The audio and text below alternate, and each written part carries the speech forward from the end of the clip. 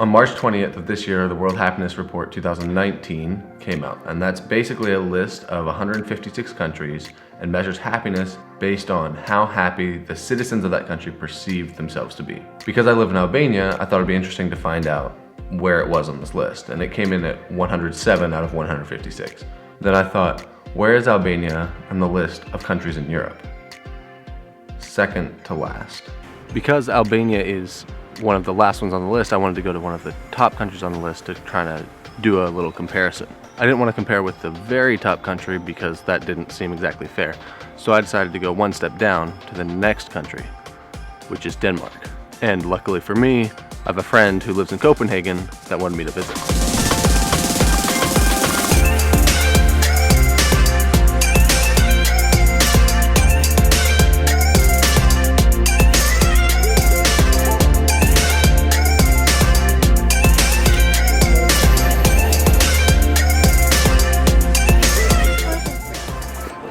This is Brian. He's from the United States, but he's been living in Copenhagen for the last 3.5 years. That's right. How do you like it here? I love it here. I get to cycle around really easily. There's a great infrastructure.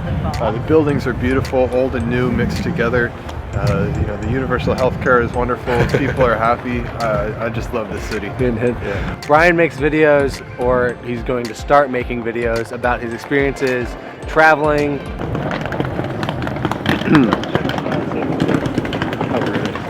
How rude.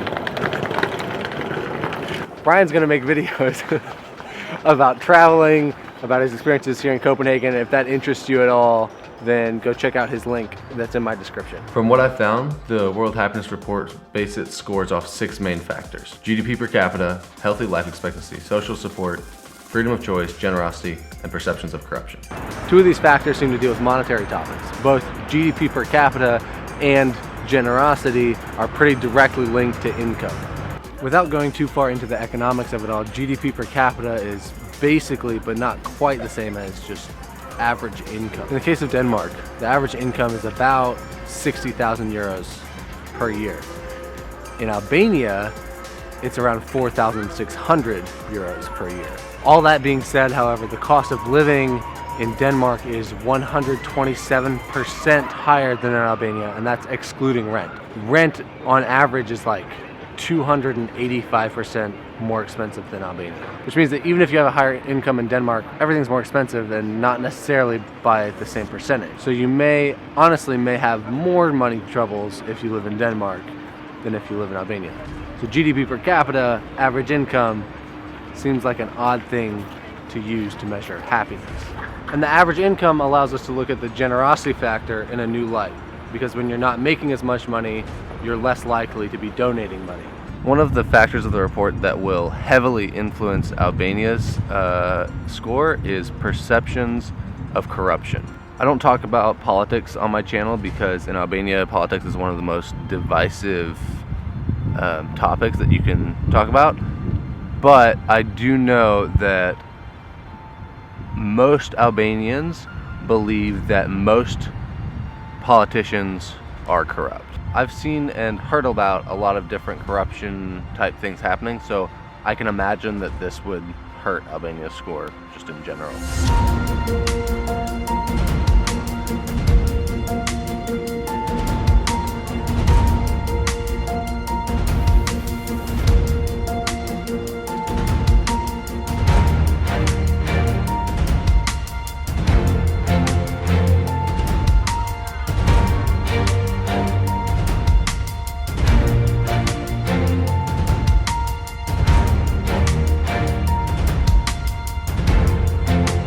Freedom of choice is basically if someone is satisfied or dissatisfied with their freedom to choose what they want to do with their life. So once I got back to Albania, I decided to ask and see what they had to say. So I'm with Christy here, and I decided to ask him about it. Do you feel like you have the freedom to choose what you want to do with your life? In fact, this is a very difficult and good question. For me personally, I will say yes and no. Yes, because for the moment I'm working and I'm growing professionally, what I want to do in the future, but I don't know what opportunities I will have. So for some people, might be that they have a lot of opportunities, and for some others they don't have at all. So This is Soren. He's from Denmark, but happened to be passing through Albania on his bike as I was making this video. If you're in trouble, can you rely on your friends or family for help? It depends on the problem. If it's personal problems, then I for sure have some friends and my family who's got my back. But financial problems, it's more difficult in Denmark to get support from the family. And do you think that in general, most Danes can rely on friends and family, or are you a unique case? Depends on which friends they choose. But luckily I have some good friends back in Denmark and I feel like I can rely on those. I know in Albania, family means a lot. People go to extraordinary lengths to help their family, their friends, or even friends of friends, or families' friends, or friends of families, or friends of friends of families, or families of friends of... You get the point. While I was researching for this video, someone that I was chatting to mentioned that the Nordic countries often have a high rate of suicide, so I decided to look into that as well. According to worldpopulationreview.com, Denmark is 44 in suicide rate, saying that 12.8 out of every 100,000 people commit suicide.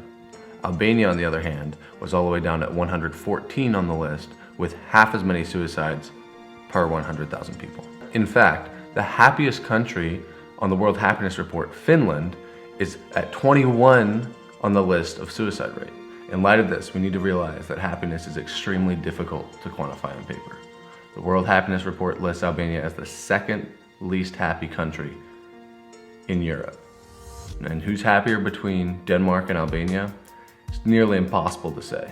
But what I am saying is that maybe happiness is more difficult to determine than just using surveys and statistics.